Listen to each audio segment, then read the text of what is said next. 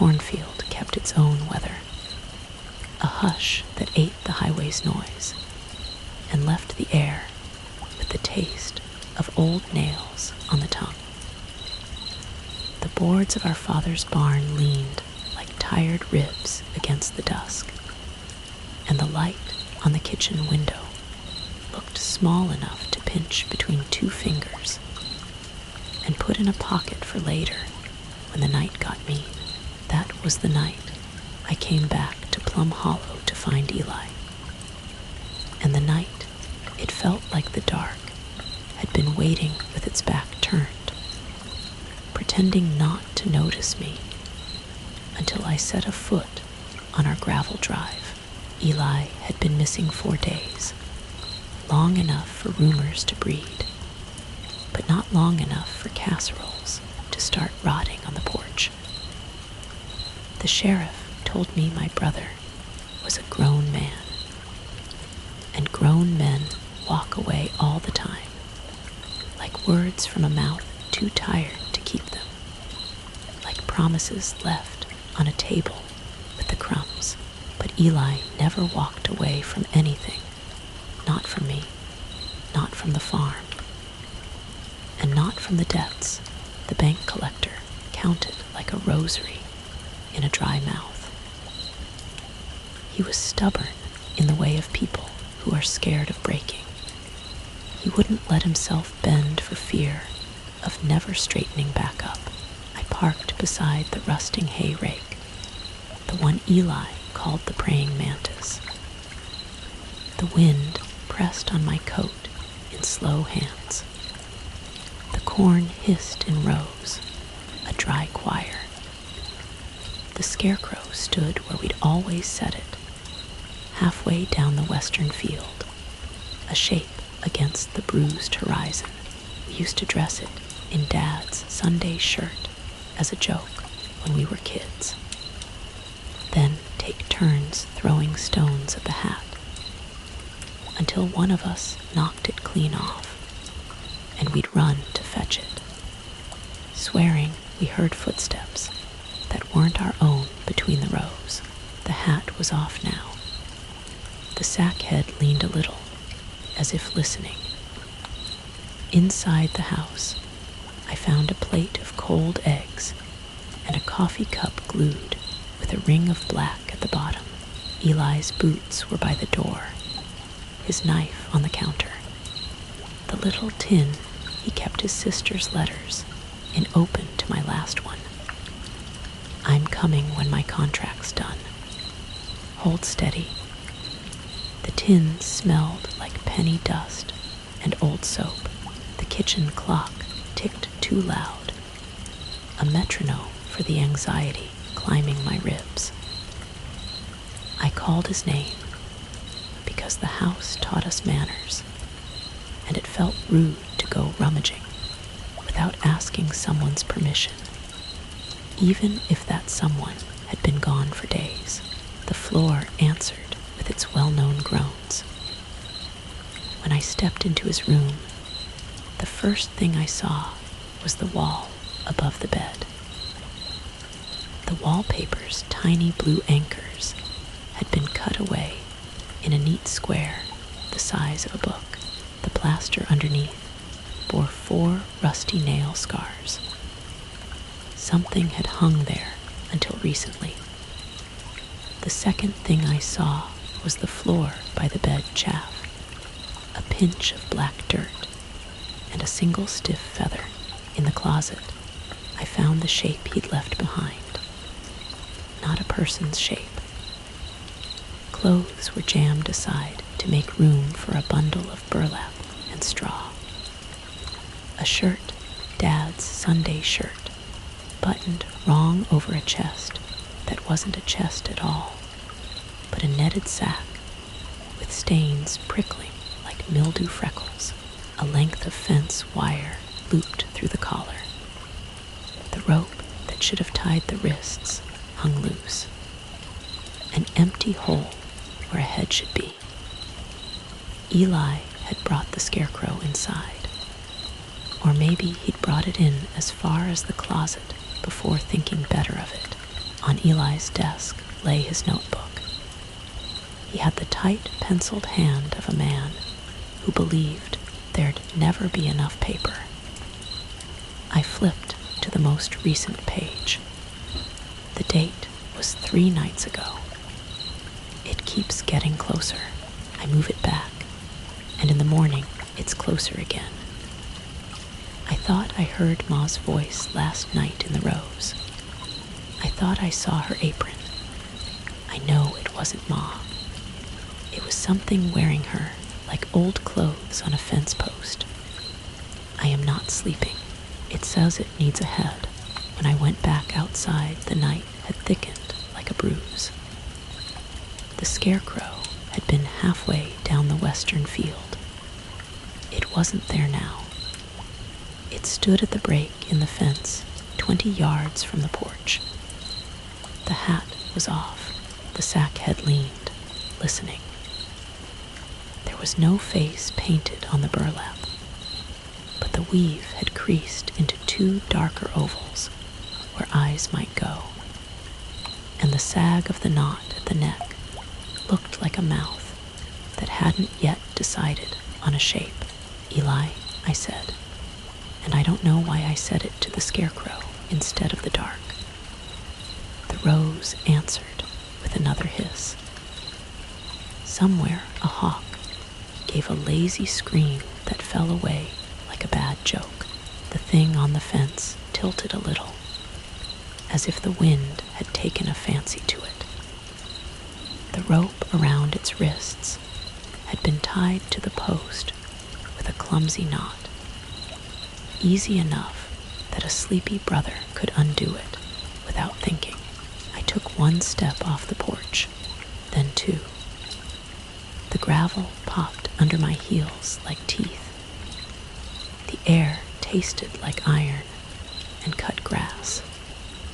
The closer I got, the more I felt the field had already taken a step toward me. There's a moment in any search, the one where the intention turns to prayer, and the prayer turns to bargain, and the bargain turns to something a little like a threat if the world doesn't get in line. I had come home to find my brother. What stood at the fence was not my brother, but it was something he had touched. It was the last thing he saw, maybe, with his knife left on the counter and his boots by the door. Give him back, I said to the old shirt, to the fence wire, to the think of the dark below the burlap, where a shape might form if I said please enough times. The scarecrow's head turned. It was only a scrap sack stuffed with straw and dust, and it turned as if there were a neck of meat beneath that rope ring. The eyes weren't there, and yet there was the feeling of being seen, like being measured for a suit you didn't order. I smelled pond water, sudden and green, and wrong in a dry field. The wind pulled at the shirt as though someone were breathing slow and careful inside it. I reached out and took the wire.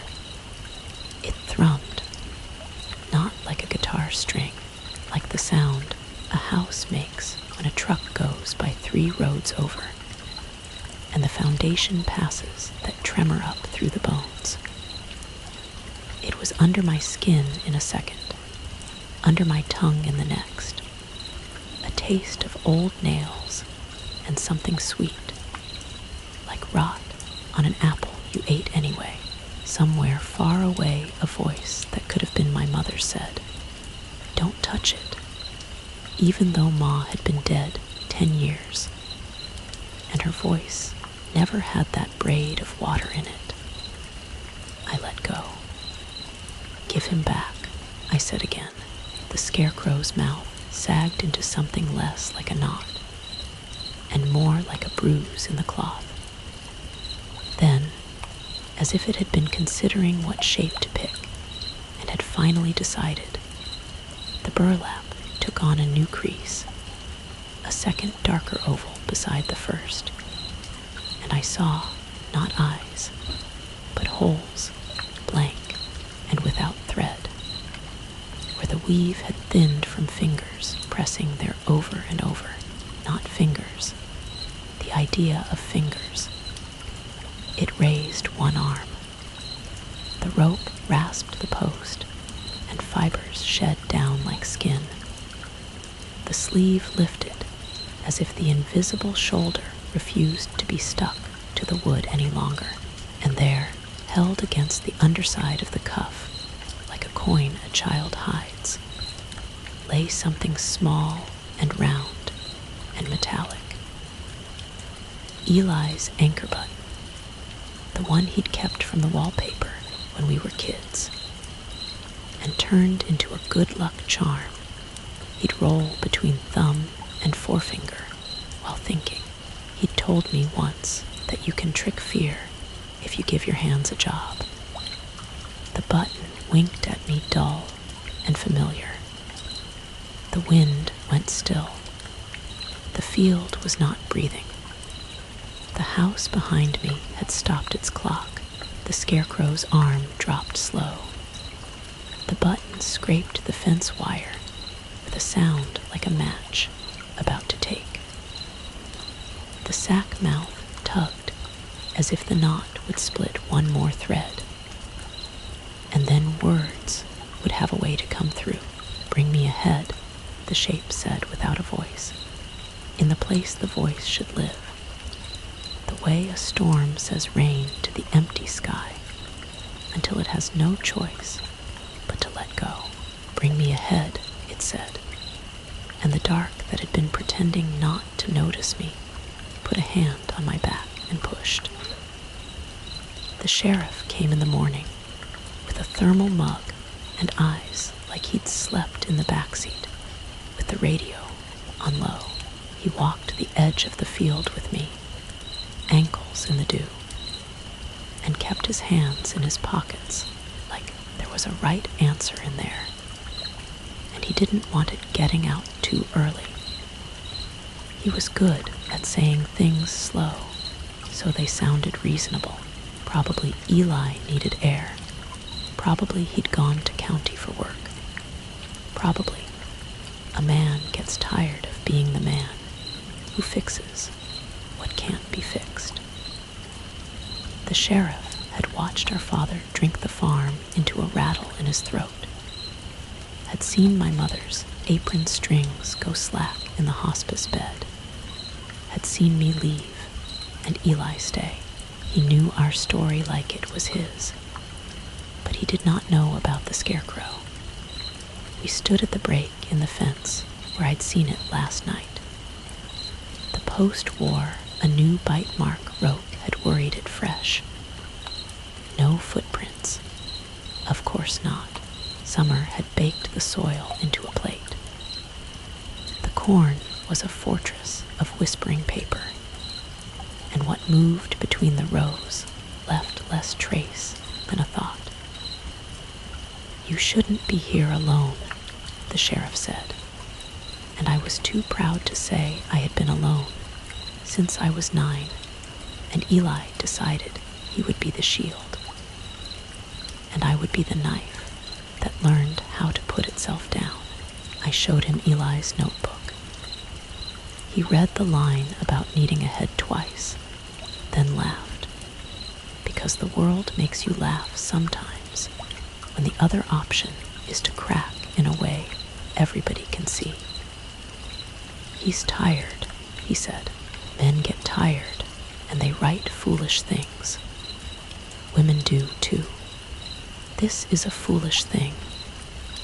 I thought about telling him the burlap had turned, that the wire had sung, that my brother's button had looked at me with its tiny anchor eye. I didn't. There are some things you can't say, because if you say them out loud, they'll think you want them to be true. He promised to check the river, to call county, to swing by the Miller place, where Eli sometimes bought parts. He left me with a look that meant phone me first. a look that had too much kindness in it for the kind of day it was. After his taillights were a couple miles down, I went back to the house and opened the closet. The bundle of burlap and straw sat where I'd left it, shirt buttoned wrong, wrists rope burned, head missing like a bad idea. One arm lay along the floorboard, as if reaching for the seam where room ends and crawl space begins. The air was colder near that seam, the way it's colder by a church window, like somebody made of winter stands on the other side, hoping not to be seen. There was a photograph in the tin under my letters, one I'd forgotten.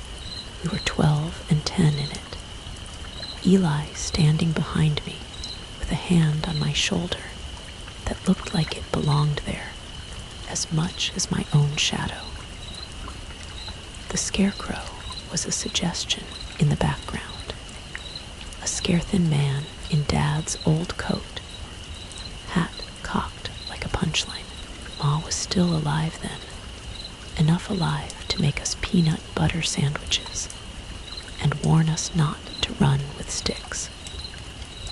When I turned the photograph over, Eli had written with his tight pencil. When we made it new, when it still worked, I took the photograph down to the field. The day was unreasonably pretty cicadas in the hedges, clouds like washing hung on a line, the kind of sunlight that makes the world look possible, exactly the sort of day that insults grief by going on with its business. I walked the rows until the corn changed its tune. There's a spot, if you grow up in a place, where you know without looking that you've crossed some invisible line the adults pretend isn't there. Children know those lines by the temperature of their necks. Mine went cool. The scarecrow stood 3 rows over from where I'd left it last night. Not at the fence, not at the post, 3 rows in, like a guest at the party who wants you to come whisper to them in the kitchen. The shirt had been buttoned right. The sleeves hung straight. A new rope circled the wrists. The sack head was tied on with fresh twine, but the twine had not yet bitten. The burlap sat loose, like it could turn if it wished. It wished. It turned. "Bring me a head," it said without words, and I felt it in the hinges of my jaw. "Bring me a head, and I will tell you where he is." My mouth did not open. It didn't have to. Whatever spoke didn't need a hole to get out of. "What kind of head?" I asked, because bargaining is older than prayer, older than law, older than the shapes we make to stand in our fields. "The kind that fits," it said, the way the sky says storm long before the clouds bother to prove it. I left it there. Instead, I went to town and stood too long in the aisle at the hardware store, looking at new knives, like a woman who can't remember what she came in for. I bought twine nails, a bag of lime, because the man behind the counter said the old well out by the Miller property had gone sour, and lime fixed everything if you were stubborn enough. I took the long way home, past the Miller place. The gate hung off one hinge like a jaw that had finally got its say, and didn't have much left to hold on to. The house was one of those that look comfortable even as they rot, like a big man who jokes while coughing. The barn door was open. Inside, the smell had layers: hay dust, mouse piss, old oil, something that had once been sweet and now wasn't. I found the well out back, a ring of stone tucked in weeds like a forgotten promise. I looked down, and the cool climbed my face. Water sat a long way below, not moving enough to show a sparkle, just a dark that kept itself. On the stones around the lip, somebody had scratched marks. Lines, crossed circles, little anchors, a child's sun. The marks were fresh enough that my finger came away chalky. Eli had been here. A scrap of burlap bobbed in the weeds. A button lay on the stone, not an anchor button, just a plain brown one. I picked it up, and the feeling of being measured wrapped around my wrist like a tape. The field was a long walk from here, and the thing in the rows had an appetite that made distances irrelevant. The barn door creaked once, and the sound had a voice in it I wanted to call Eli's. Except Eli never had that green in his words, that pond water braid. "Don't," the barn said, or "No, do." The difference felt like the half-inch of misbutton on the scarecrow's shirt. At the well's lip, I saw hair. Not hair exactly. The idea of hair. Straw floats, weeds snag, and there among them was a clump of something that caught light in a way that said scalp. The world went to pinhole for a second. Then the pinhole widened, and I remembered to breathe like a person. I tied the twine around the bag of lime and dropped it down. The splash rang like a church bell that had decided to preach from under the ground. The water moved. The hair was only weeds. The scalp was only a drowned mouse, or my heart tricking my eye, because my eye had been tricking my heart all day. I sat there until shadows from the barn crawled across the yard and reached my boots. When I stood up, my knees told me what I already knew. I wasn't going to find Eli by looking into places where the dark likes to keep itself. I was going to find him by stepping into where the dark reaches out and pretends to be polite about it. I went home by the hedgerow and came into the western field the way children do, squeezing through at the place where the wire has been a little lower for as long as anyone can remember. The scarecrow waited. The sack had settled more. The burlap had learned the trick of making a mouth. The eyes were the same non-thing they had always been, and suddenly always had been waiting to be. "Bring me ahead," it said. "I am tired of quiet. What did you do with Eli?" My voice had rocks in it in case I needed to throw them. "Nothing yet," it said. He asked first, behind me. The house turned on its porch light, even though no one was inside to do it. The bulb hummed like a bug caught between a window and a screen. Across the field, the Miller gate creaked its one hinge. Between those sounds, the night reached a hand into my chest and closed around my intention to be reasonable. If the thing wanted a head, the thing would get one. If that is what it took to bring my brother back. The trick to a bargain is choosing what both sides will pretend the words mean. I did not have a man's head in mind when I walked into town that evening, though the bar on Depot had plenty of men who'd have gladly fought me for the privilege of keeping theirs. I had something else in mind, small and mean and old old enough to owe me interest. Mr. Voss kept a taxidermy shop 2 doors down from the post office, a narrow place that smelled like sawdust and apology. He preserved hunter's pride and grandmother's small graces, a hummingbird under glass, a fox with its mouth fixed in a slide the living have to earn. I worked for him one summer when I was 16, learning how to split a skin without making it into 2.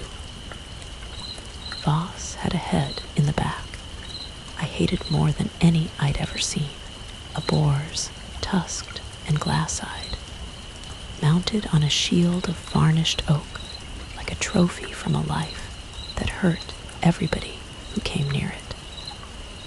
He kept it not for money, but for penance. He'd told me once, shot him after he tore my father, Voss said, touching the scar on his thigh like a rosary. I keep him so the wound knew it wasn't the last word. The bell over the door chimed. Voss looked up from his bench, with magnifiers perched on his nose, and glue shining his fingertips. "Well, I'll be," he said, "the one who ran away to the city. You look like you remembered something you left behind." "I need to borrow a head," I said. He laughed the way the sheriff had laughed. "Because people with track records of surviving don't always recognize the point at which you've moved past embarrassment to intent. I can sell you a head," he said, and waved a hand at rows of antlers and glass eyes. "Not buy," I said, "borrow." He watched my mouth for a moment, the way people do when they're deciding whether you've got a fever. "Who's missing?" he asked, because small towns skip steps to get to the truth quicker. "My brother." Voss took off the magnifiers and set them on the bench like a man laying a baby in a cradle. He was quiet a bit. Then he said, "The boar's in back." We lifted it together, 2 hands each under the oak plaque, and carried it out the back like we were taking a cake into the alley to cool. It was heavier than I remembered. He strapped it down in the trunk with the kind of care you use on a loved one's body. "Bring it home tomorrow," he said. "If you can't, bring me the story about why." At the hedgerow gap, I could feel the night like a lung. The field breathed me in. The scarecrow waited where it had waited last, as if its patience had no edges. I set the boar head down in the dirt between us. The anchor button in my pocket turned hot, or my blood did, or the idea of heat did. "Here," I said, and my voice sounded like someone else's good idea of my voice. The scarecrow leaned. The sleeves drew tight, as though an arm inside rolled its shoulder. "Not that," it said in the way the barn had said do, and made it feel like don't. "It's a head," I said. "It's what I can give." "It doesn't fit," the knot voice said. Wrong story, wrong hunger. I almost laughed then, because what else do you do when you're standing in a field instructing a construct about the taxonomy of appetite? "You said a head," I said. "You didn't say whose." The scarecrow's burlap creased new. The mouth broke another thread. The wind combed through the corn and returned with something wet in it, like fog born from the river's mouth. "Bring me a head with a mouth that remembers him," it said. "Bring me a head with a name he used to say in the morning and in the night when he was tired. Bring me the head the house would know in the dark." My hands went cold. It's a simple math, that demand. There are not many heads a house knows in the dark. There are not many names a man uses when he is tired that are not a prayer or a curse or the name of the one person he trusts to see what he will not say. No, I said, before it could name the arithmetic. No, the wind passed through the rose and didn't come back. The scarecrow did not move. It didn't have to. The field changed instead. The gap in the hedgerow felt narrower, as if the wire had grown a bar where there had been none. The porch light clicked off. The dark took its hand off my back and put it on my throat in a gentle way, like a lover who knows exactly how much pressure the body can stand before it confuses fear with relief. Then bring me something else, it said. Bring me the head of the one who takes and does not give back. The sheriff, I said, though I didn't believe it meant him. The sheriff had given me kindness. He'd take a casserole to a house, even if the stove was broken. Stand there with the dish cooling in his hands, talking about weather until the grief remembered how to swallow. It didn't answer. The corn did. It told a story in paper hisses, a story about collectors and signatures, and the shape of a hand that lands on a table like a stamp, flat and final. The bank man, Mr. Lyle, who had the mouth of a man who knows his decisions never come back to his doorstep. He had told Eli last month that the farm would be finally, officially, legally used up at the end of the season. He'd said it while drinking our water and laughing at the joke about the praying mantis hay rake. He'd said it like a weather report, and Eli had nodded because dignity is sometimes a person's last inheritance. No, I said again, meaning it differently this time. The word tasted like pennies in my mouth. Bring me a head, the scarecrow said, and I could taste the well-water braid in its knot voice. There is a debt. I carried the boar back to Voss that night and gave him the story I could bear to say. He didn't ask for the rest, which is the kind of mercy that leaves you indebted in a way money can't touch. He put his hand on the boar's brow like blessing or apology. There are ways to unmake a bargain, he said, not looking at me. But they always make another bargain on the way out, on the drive home.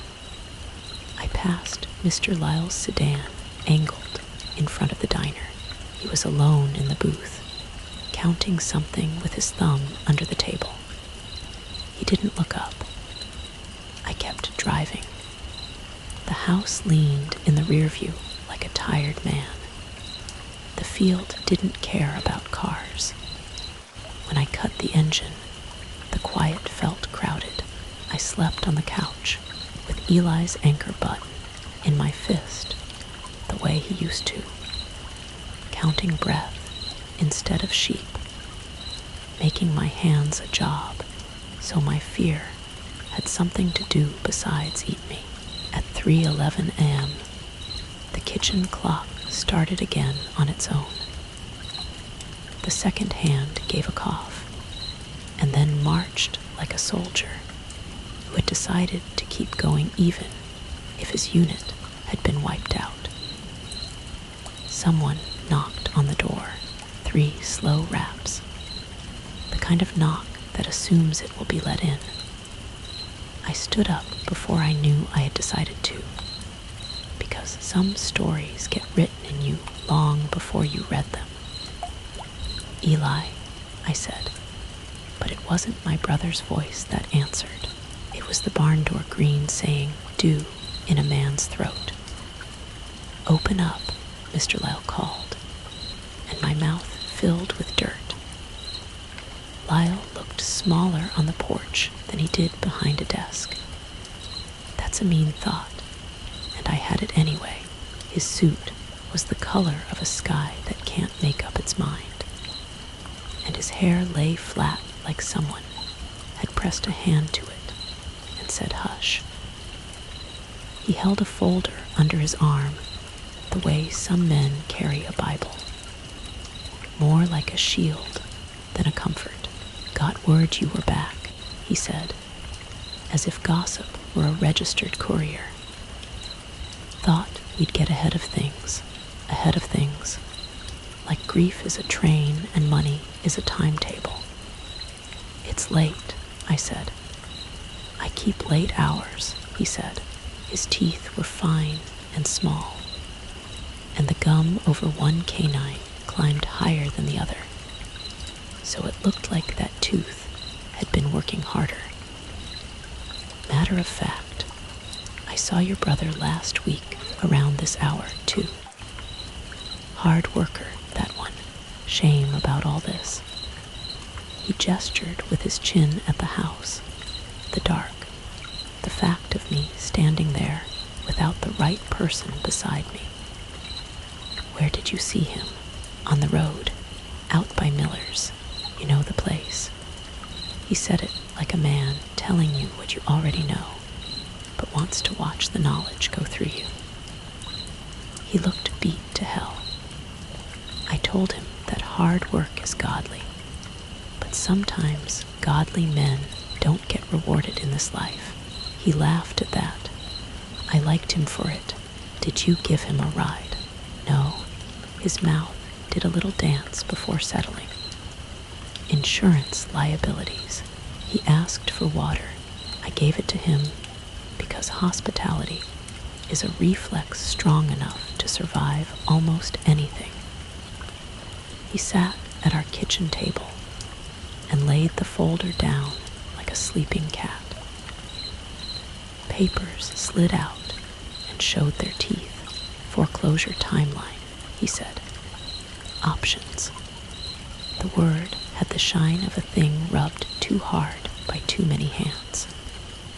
"I know this is not the best time. You saw him," I said, "on the road. Did he say anything?" Lyle thought, or pretended to. He asked me if I heard anything lately. I told him I hear lots of things. He said, "No, not news. Voices." I told him voices are usually your own, coming back from some wall you didn't notice you built. He said he wished that were true. The scarecrow stood inside my head. The field breathed in the window like an animal that had crawled up from the drainage ditch to see what people keep in their bright boxes. "He's missing," I said. "If you hear anything, you tell me first." He nodded solemn, like a pastor agreeing with a child about angels. "Of course," he said. "There's also the question of what happens if he doesn't come back." He tapped the folder. Papers whispered. The house leaned. My mother's apron fluttered in the memory. I'd been carrying rolled up like a map in my ribs. Sometimes grief asks for tenderness, and sometimes it asks for a hard thing, like taking a man by the elbow and walking him into a field, because the field has questions for the kind of man who counts in a life like ours. I did not intend to do it when I stood. I did not intend to do it when I told him I wanted to show him something, that I wanted him to understand the place he was measuring. But intention makes the first step, and then the dark reaches out and makes the second. And after that, you're in the rose. "Watch your feet," I said, and it sounded like care. Maybe it was. Maybe I was taking care of the story as much as the man. We went in through the hedgerow gap, because that is how this story wants its mouths to open. The corn brushed our sleeves. Lyle sniffed like the smell of green offended him, and he didn't want to show it. "I don't see," he began, but the sentence didn't know how to end, because the scarecrow was where the sentence had wanted to go without knowing it. It stood with its head on straight, twine bitten tight to the rope ring, shirt buttoned right, sleeves composed. If a thing fashioned to keep birds from corn can look dignified, it did. "Well," Lyle said, and half laughed. "A little country. Country keeps the world fed," I said, and I sounded like my mother. The thought almost knocked me down. He stepped closer. The field held its breath. "You brought me to show me a puppet," he said, and turned, smiling in that way people smile when they believe they've translated something ancient into a joke that will collapse it back into a safe size. The scarecrow turned its head. The burlap rasped the twine with a small sound. Lyle's smile shrank by degrees. He did not move. I could see his throat find out it had a pulse. The sleeves lifted half an inch in a wind that had stopped. The mouth found whatever thread it needed and let a knot word into the air. "Debt," it said where no hole was. The sound was smaller than what I'd heard, as if it had to squeeze past something to be heard by more than me. Lyle laughed again, but this time the laugh had a bubble in it, the kind that breaks into a cough if you're not careful. "Someone's got a speaker out here," he said. "Very funny. I'll tell you what you sign. I'll make sure the transition is smooth as butter. We'll do right by you. I promise." The scarecrow's head tilted like something listening for a lie. It already knew how to hear. The rope around its wrists creaked. The corn whispered at the edges of my hearing. "Bring me ahead," the field said, and the man heard nothing, because he had never made a habit of listening to anything that did not enter the world on paper. "Come closer," I said. Lyle did, because he was either brave or had never yet met a story that could keep him from walking into the center of itself. He reached up, like a child curious about a museum piece. His fingers touched the burlap where the eyes weren't. He jerked back like he'd touched a stove.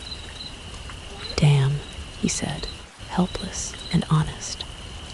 He had felt it, the pond cold, the mouth of the well on a hot day, the sound of foundation through bone. "What is that?" The word was small. "Hungry," I said. "You should apologize to a sack, to what's behind it." He did not. He did what men like him do when the story refuses to match their paper. He bluffed. He leaned in and pulled at the twine like a child, pulling the tail of a dog he thinks won't bite, because no dog has bitten him before. The twine held. His palm rasped the burlap mouth. The sound was a match. The smell of pond water turned sweet and wrong again. Rot on apple. "I don't have time for this," he said, and turned away. The field exhaled. Somewhere the porch light clicked on. The kitchen clock coughed. The scarecrow's head turned to follow him. "Bring me ahead," it said, and the knot voice had grown teeth. Lyle stumbled at the hedgerow. The wire caught his cuff and bit. He swore. Blood found the inside to me with a face that wanted to ask for help, but didn't have practice at how. He saw nothing in my face that looked like the answer he wanted. "You're serious," he said, and the sentence knew how to end this time. With fear. "I'm owed," I said, and I didn't know whether I meant me, or the house, or the field, or the shape behind the sack. His mouth made little choosing movements, like he was indexing excuses for which one would fit. None did. He ran. He made it to his car.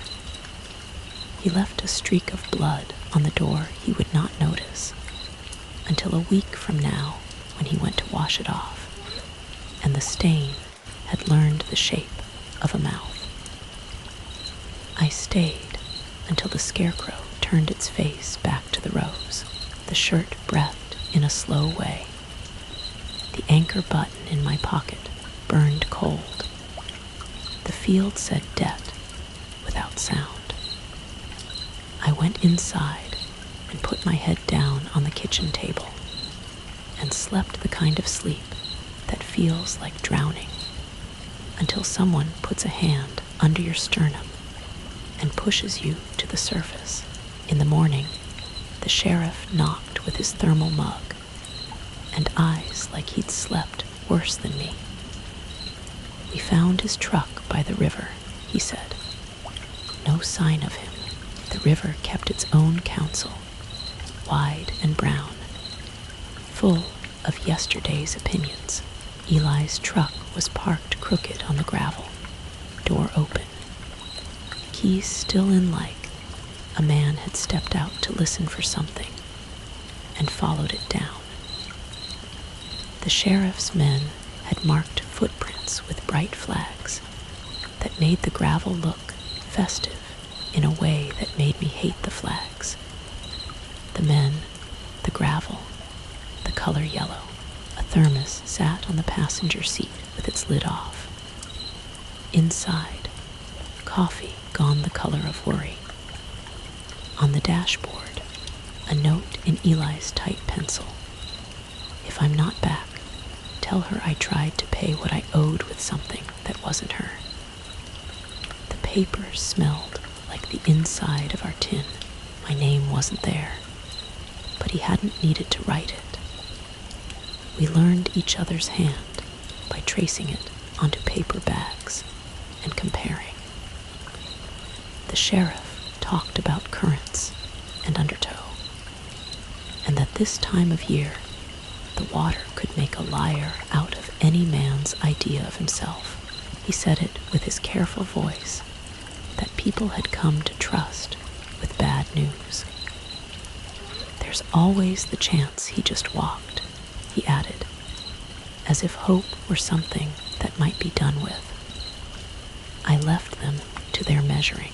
Back at the farm, I stood in the doorway until the house taught me to come in, like it always had. The clock ticked willing and steady. The tin held my letters. The closet contained its bundle. The arm had reached farther along the floorboard, fingers that weren't fingers nearly touching the seam. I pulled the scarecrow out and laid it on the bed like a person. I buttoned the shirt right. I tied the wrists with new rope. I set the sack where a head would go and did not tie it on. And the way the burlap slumped looked like someone who had decided, against his better interest, to listen. "Tell me how to unmake this," I said to the knot-mouth. "I'll give you what you want if you tell me how to get him back." It didn't answer. The house did, with a sound that had been a drip in the sink for years, and now was the precise beat of a heart deciding whether to continue. I went to the barn and found Dad's old ledger. He'd used to write down every gallon of diesel, every hour of labor, every dollar on bolts and feed. The numbers had kept him alive until they didn't. On the back page, in my own hand from when I was 15 and furious, I had written, "You don't owe the field, it owes you." I had been stupid in that way. The young are brave. I took the ledger to the Scarecrow and read the numbers aloud until they were just sounds. The burlap didn't move. The field didn't either. Then I said my brother's name the way Ma used to when supper was ready, and the light was failing, and boys were reluctant to come out of games that had gone too deep. When I said it like that, the sack turned. The mouth broke another thread. "Bring me his head," it said, "and I will send his voice ahead of him so you know he is coming." "I can't," I said, and it was the truest thing I'd ever said. "Then bring me the head of the one who made a promise he knew he wouldn't keep." "You mean Lyle?" "I mean the one who told him the field would love him if he loved it enough," the not voice said. And it was my father's voice underneath the green. It was the preacher who married my parents. It was the teacher who told Eli he had a good head for numbers.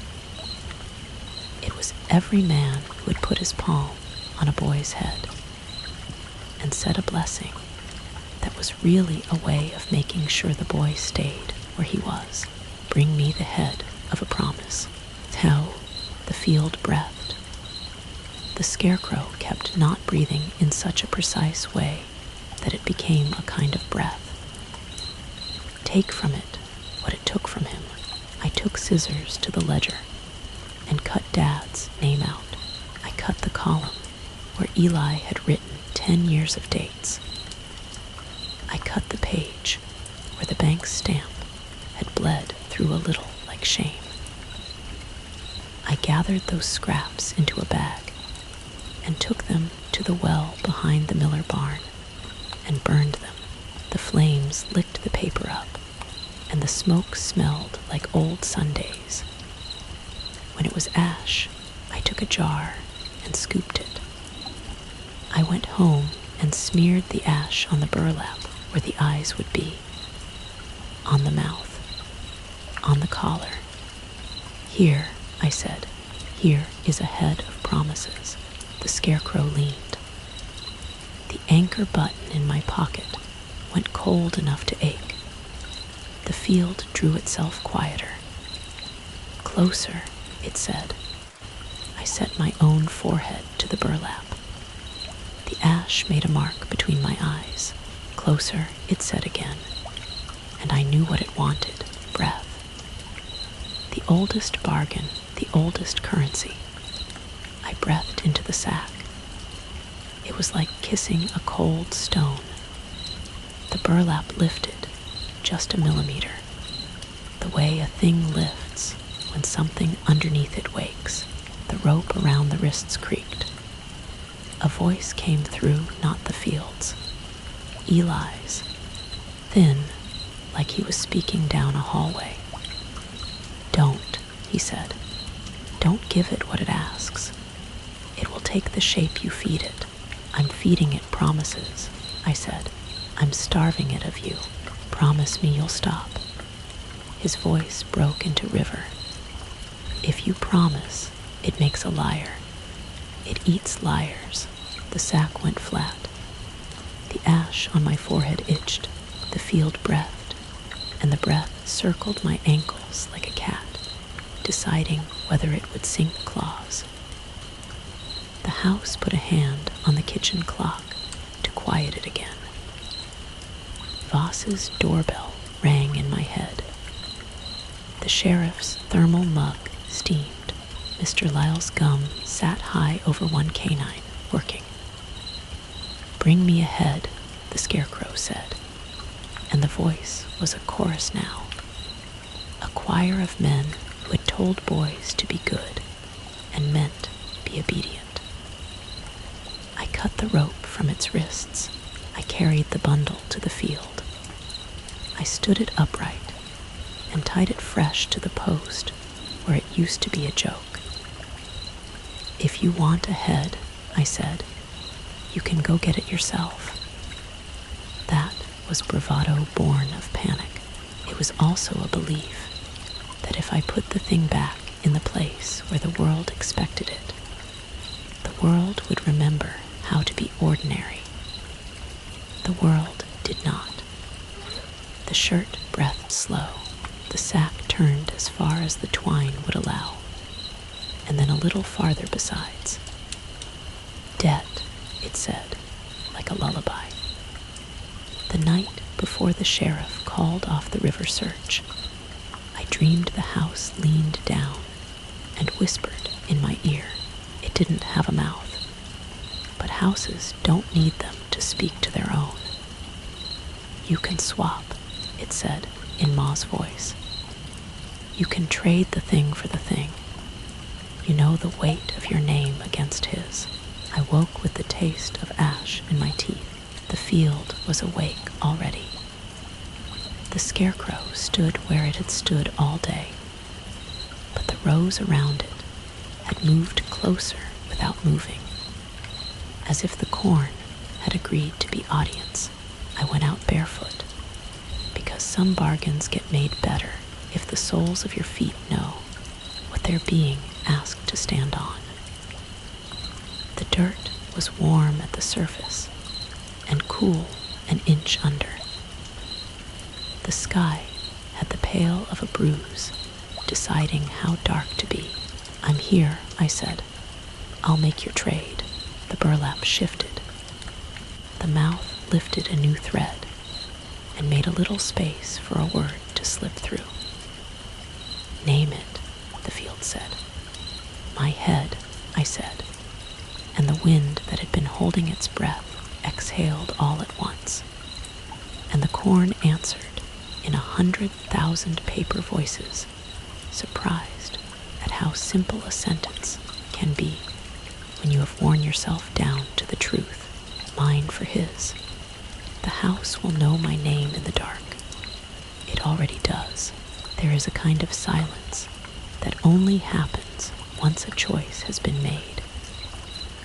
It's not the silence before orchestras play, or before confessions, or after shots.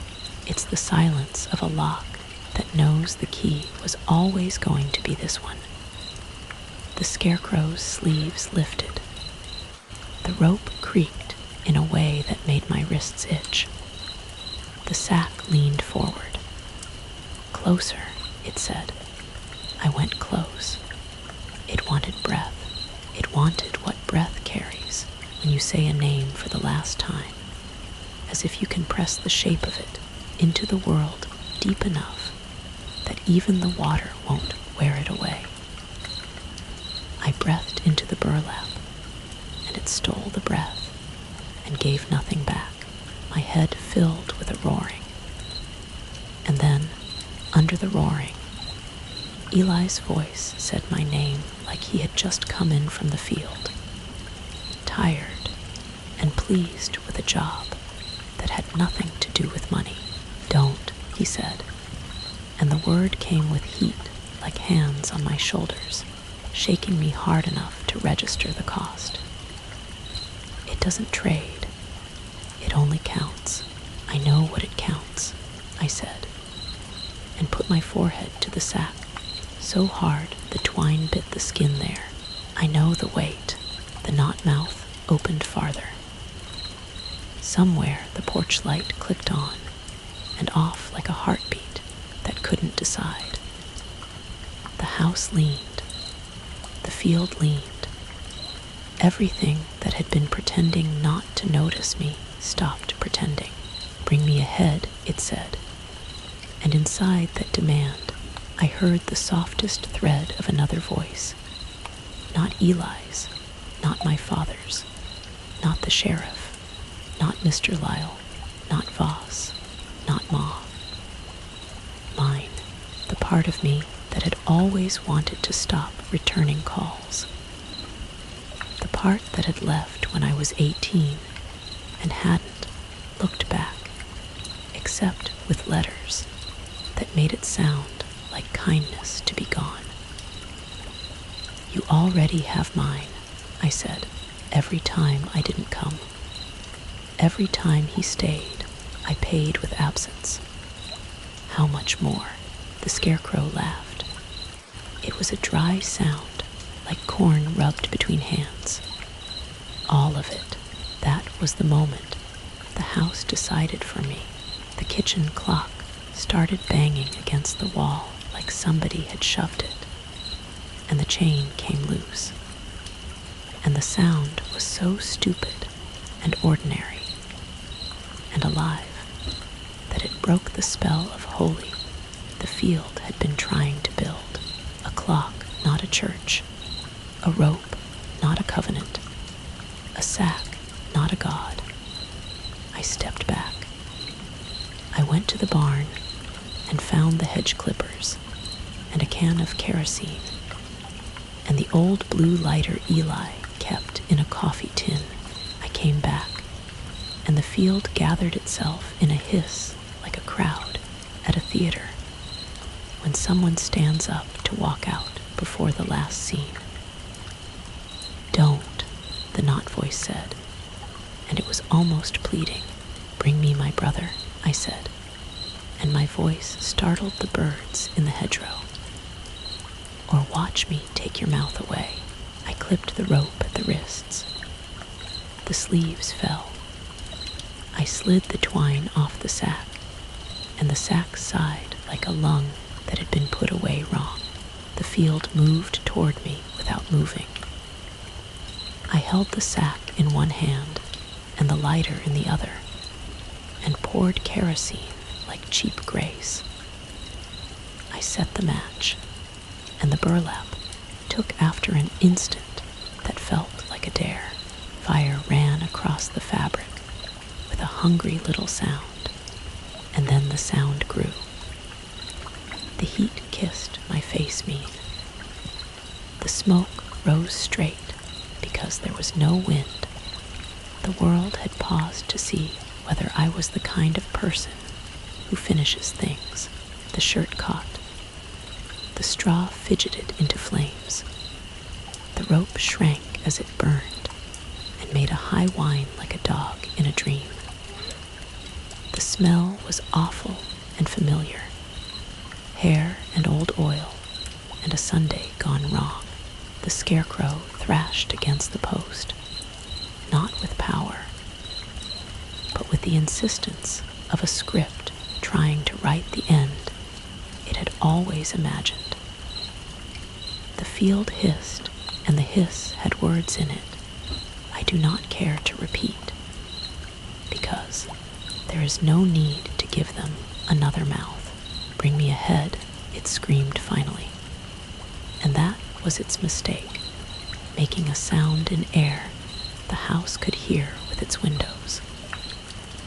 The house took the sound and threw it back, the way a good room will throw a song back to you if you hit just the right note.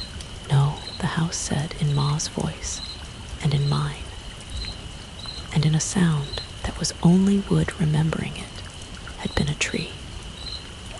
The porch light went steady. The clock stopped banging and started ticking like a heart that had earnestly chosen to continue. The fire ate the mouth.